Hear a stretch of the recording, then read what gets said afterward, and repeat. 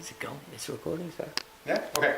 All right, so we're going to have a quick look at the overlay using a few of the techniques from White Belt. All right, number one is just basic. Again, basic motion. Boom. Okay? Same basic thing. The word basic just means everything that's in the curriculum is part of the basic technique. The second one is pull. So he's going to be pulling in. You do one of two things. I can step in with the same side foot and overwhelm him, or step in with the opposite foot. Pulling with the opposite foot nullifies his energy. So I come here, literally twist. Again, so as he's pulling in, I'm stepping with the opposite foot and literally twist. Number three is push. When I'm pushing, I can step back with the opposite foot or the same side foot, depending upon which one I want to do. You can practice both. In this case, I'm just going to step back with the opposite foot, push. So again, I'm still doing my twisting motion that we do in the basic, push. The next one is rounding energy. Okay? So in this case, very, very simple.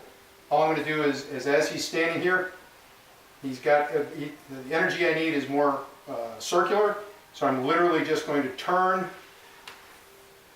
and turn into that motion. Again, pulling my body around as an example with the very first technique in White Belt. Turning my body around. Okay?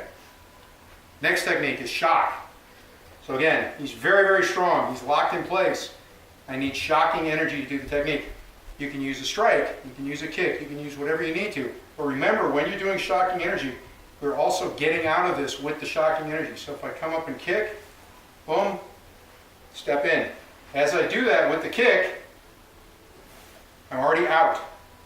So part of shock is practicing not just the actual kick of the strike, but actually getting out of whatever grab it is that you're currently in. So again, if he's grabbing as I kick, I'm also twisting my hand to get out of the technique. All right?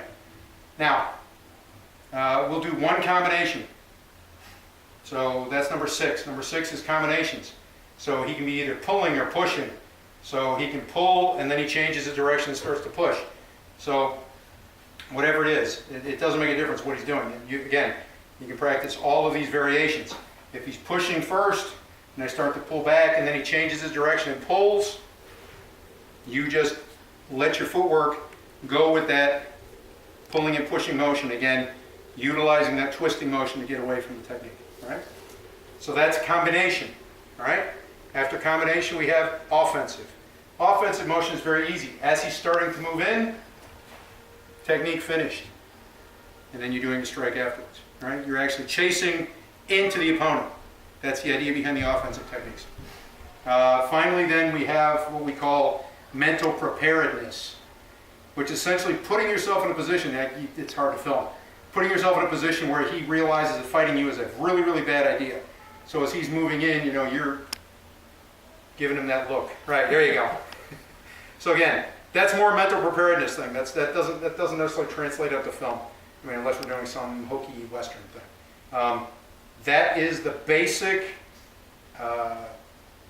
overview of the overlay that we're using. Okay? So obviously with the combinations, there's a couple other techniques. This will be accompanied by an email. It should give a little bit more explanation if need be.